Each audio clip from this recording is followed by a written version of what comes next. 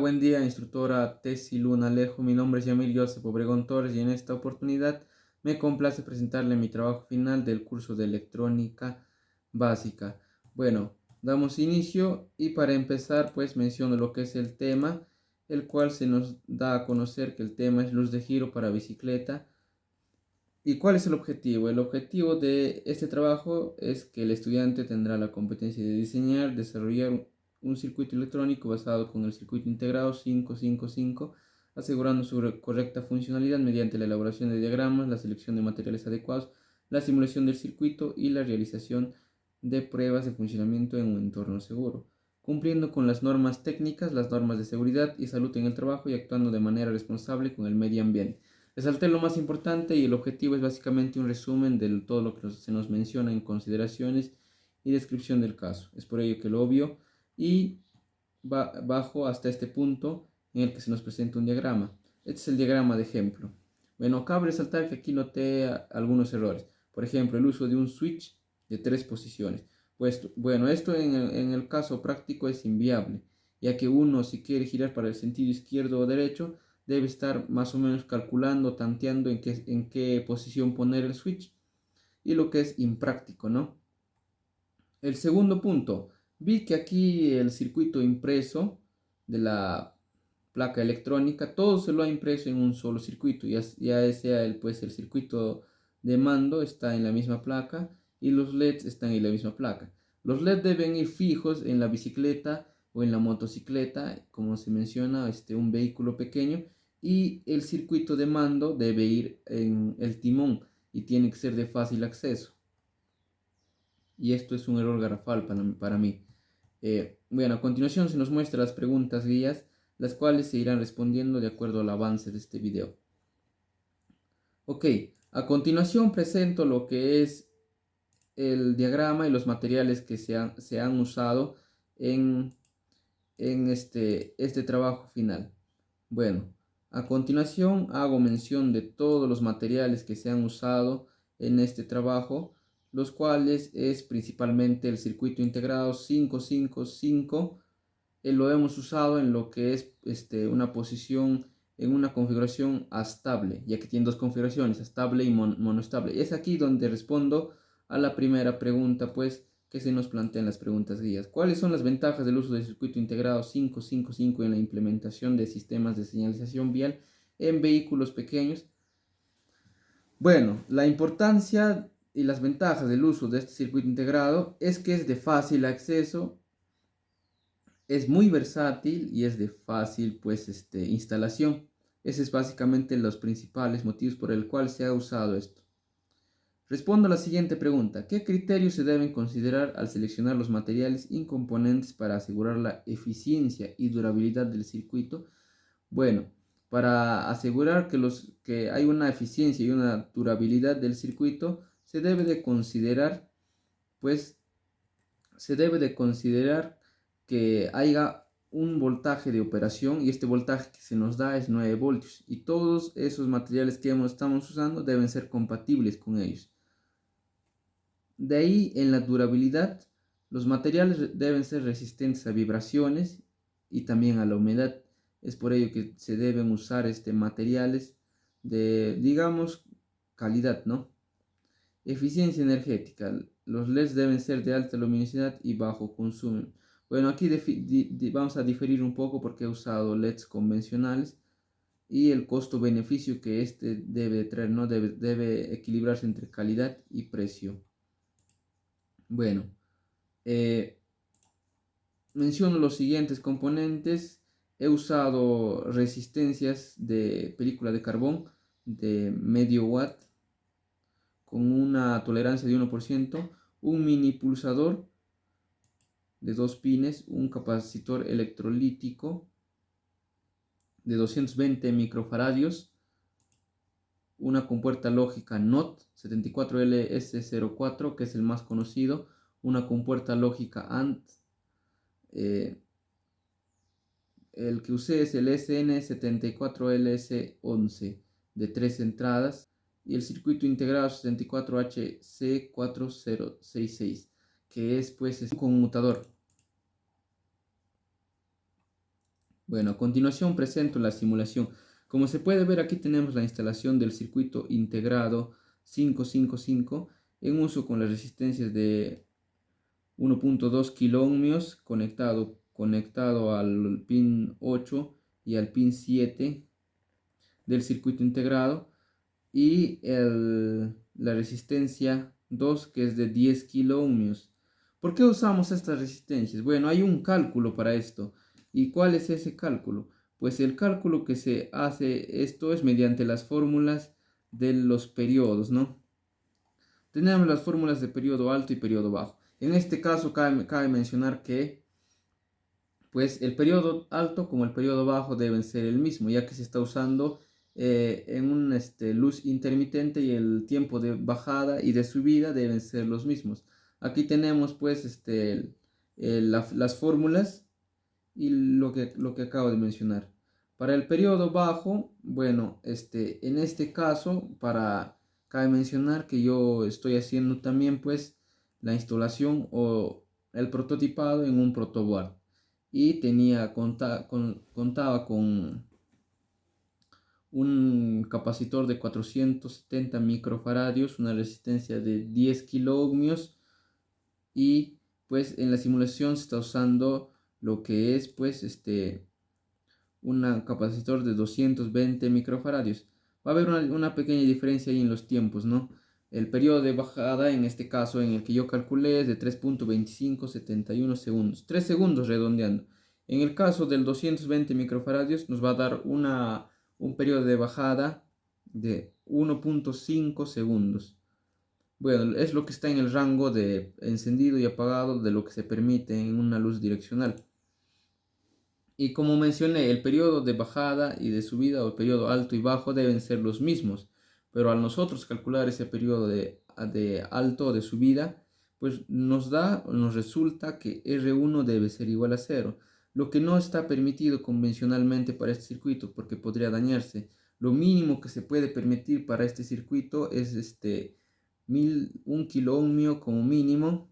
Pero en este caso hemos usado 1.4 kiloohmios en mi protoboard y 1.2 kiloohmios en la simulación en el Proteus. Bueno, como la fórmula nos indica, R1 tiende a 0, pero como mencioné, no puede ser 0. Entonces, doy inicio a lo que es mi simulación.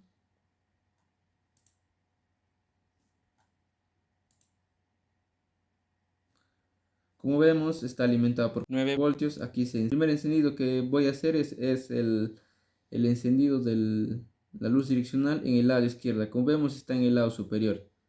Vemos que los LEDs se han encendido y duran entre un segundo aproximadamente. 1.5 segundos, 1.5 segundos a 2 segundos. Ese es en el lado izquierdo. Luego tenemos el lado derecho, que es lo mismo.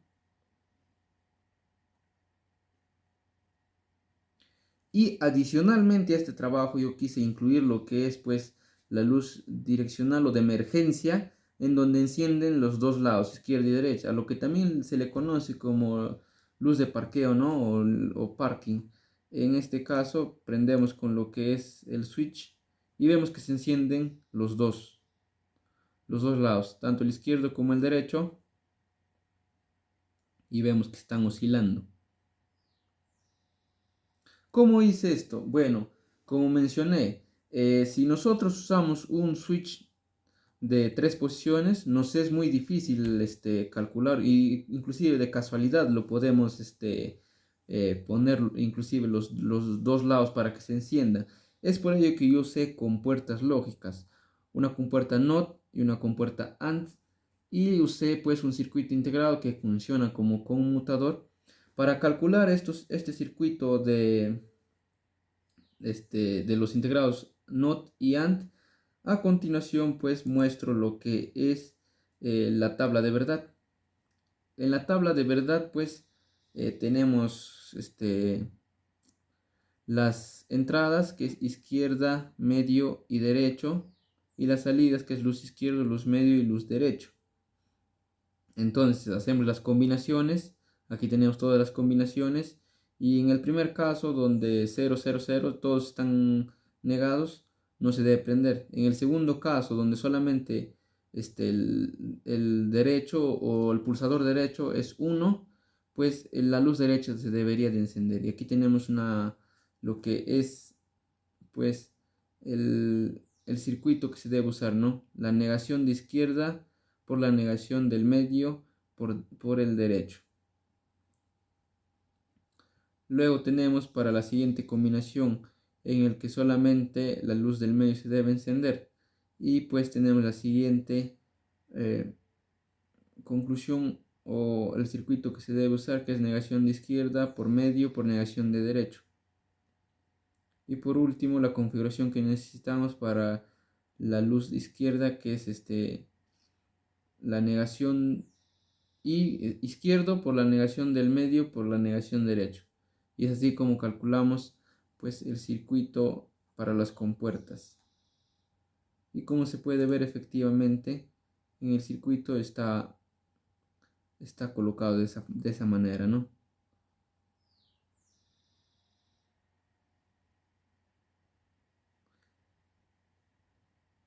Bueno, esto nos permite un mayor control y pues una mayor efectividad para todo lo que es el proyecto. En este caso, pues quiero hacer la respuesta a la pregunta guía número 3. ¿Cómo afecta el diseño y la disposición de los componentes en la funcionalidad y mantenimiento del sistema? Es por ello que usé compuertas lógicas conocidas que se pueden encontrar en el mercado y son de fácil acceso. Y el diseño afecta mucho, como dije. No se puede usar un componente como es el switch de 3 posiciones porque eso nos afecta a la maniobrabilidad en el momento en el que estamos conduciendo. La respuesta a la cuarta pregunta: ¿cuáles son los posibles problemas que pueden surgir durante la implementación y cómo podrían resolverse? Como técnico que soy, le di una solución al problema que mencioné al inicio, que es sobre el switch, y utilicé compuertas lógicas, lo que facilita el acceso a los mandos y se ve más profesional todo el circuito. Cabe resaltar también que he usado resistencias para los LEDs, calculando con el voltaje que se nos entrega el, el integrado 555. Y eso sería todo en el diagrama. Ahora paso a mostrar el diseño PCB, que es este. El diseño está organizado y está enruteado correctamente. Como dije a un principio, las luces direccionales deben ir montadas fijas al, al móvil, ya sea una bicicleta o una moto. Es por ello que aquí tenemos 3 PCBs y esos 3 PCBs, bueno, son independientes. Los cables que se pueden ver ahí o los enruteados que no se han conectado, que son 5 en total, son los cables que van a ir conectados desde el timón, en donde va a ir el circuito de mando, y van a ir a los direccionales, ¿no? Aquí están realizados todos los agujeros para que se pueda atornillar. Y el circuito de mando también pues cuenta con entradas para las baterías. En estas entradas se conectará lo que es pues la perchera para la batería de 9 voltios. Acá tenemos la indicación de cuál es positivo y cuál es negativo. Y también pues me di el tiempo de poner mi nombre y la institución en donde estudio, que es Senati. Cabe resaltar que aquí en Proteus no encontré los pulsadores, los pequeños pulsadores, y utilicé lo que es este interruptor, ¿no? Que tiene pues cuatro entradas y 4 salidas. A continuación muestro lo que es el diseño 3D.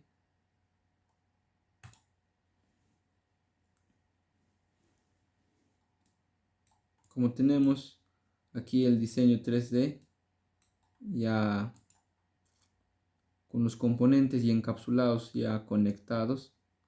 Como se puede ver, los LEDs son azul. Eso es motivo de que aquí en Proteus no tenemos el encapsulado de un LED amarillo, y por eso usé esos LEDs que sí tiene el Proteus como encapsulado. Aquí vemos todo lo que es el circuito, los integrados,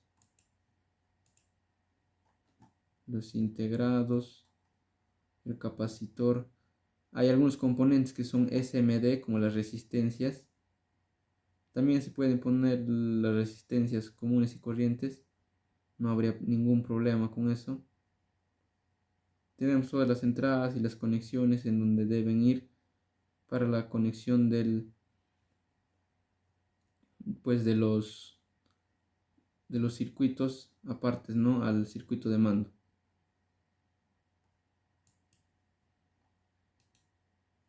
Bueno, a continuación presentaré todo lo que es el ensamblado y cómo solucionar algunas cosas y qué tipos de ensamblado podemos tener, ¿no?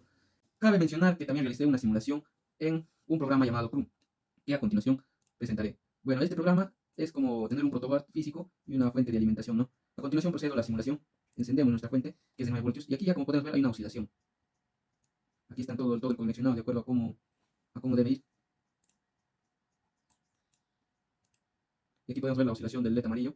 Es un poco impreciso este programa, es por ello que pasaré rápidamente a continuación a mostrar pues el ensamblaje de todo nuestro circuito.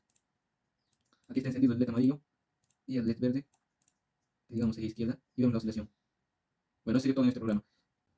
Hay varios tipos de ensamblados para PCBs o grabados para PCBs. A continuación pues podemos ver cuáles son los métodos, su precisión, el costo, la seguridad y la aplicación. Fotograbado V, precisión alta, costo alto, seguridad moderada, industria, su aplicación es en la industria y proyectos complejos. Planchado, precisión media, costo bajo, seguridad moderado, aplicación casero y prototipado rápido. Lápiz indeleble, precisión baja, costo muy bajo, seguridad alta, aplicación diseños simples.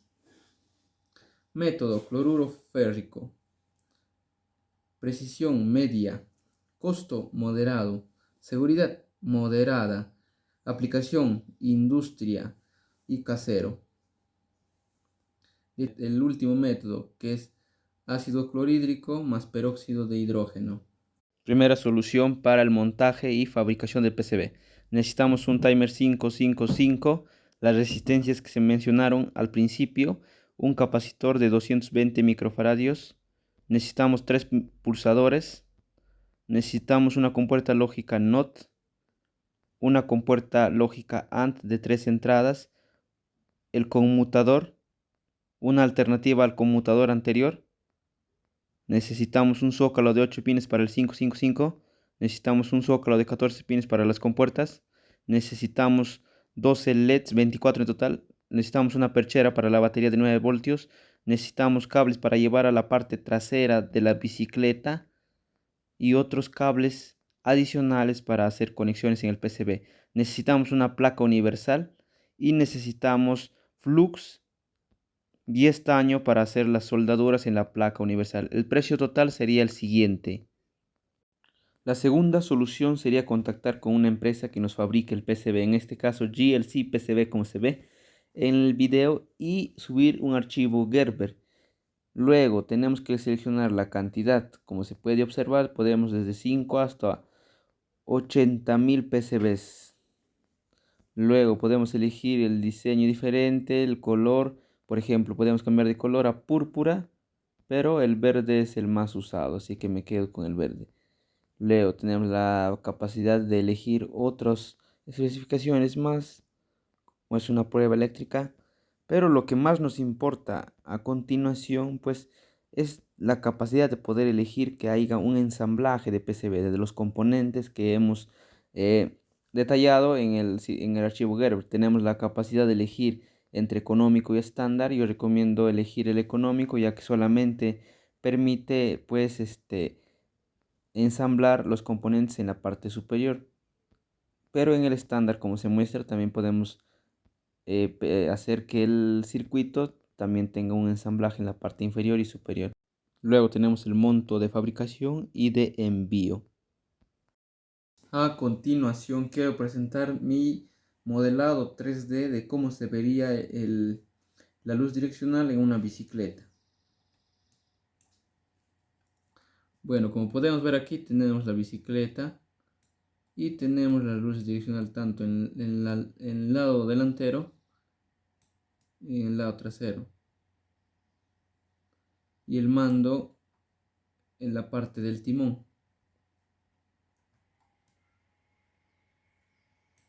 Esto sería una pequeña representación en 3D en el programa de Tinkercad. A continuación quería mostrar mi prototipado en lo que es el protoboard y pues poder verificar que funciona correctamente. Como podemos ver, el LED está oscilando aproximadamente 3 segundos. He usado un capacitor de 470 microfaradios. He usado pues una resistencia para el LED que es de 1 kilo ohmio. He usado dos resistencias para el circuito integrado que se encargan de el tiempo de oscilación. R1 que vendría valiendo 1.4 kilo ohmios y R2 que valdría 10 kilo ohmios. Son los componentes con los que he contado ya que he sacado la mayoría de las partes de radios o aparatos electrónicos viejos. Bueno, si se quiere trabajar con más LEDs, se tendría que colocarlos estratégicamente, verificando que el consumo de corriente no exceda a la corriente que nos pueda brindar el circuito integrado 555. El máximo de corriente que nos puede brindar es de 200 miliamperios. Y si en ese caso sobrepasa esa corriente que nos puede brindar el 555, se puede usar un transistor como amplificador de corriente. Y también verificar que el voltaje de consumo no exceda también al voltaje que estamos utilizando, que en este caso no es 9 voltios. Eh, Quería también hacer una prueba de cuando se trabaja con más LEDs, ¿no? ¿Y por qué se debe usar también el mismo color de LEDs?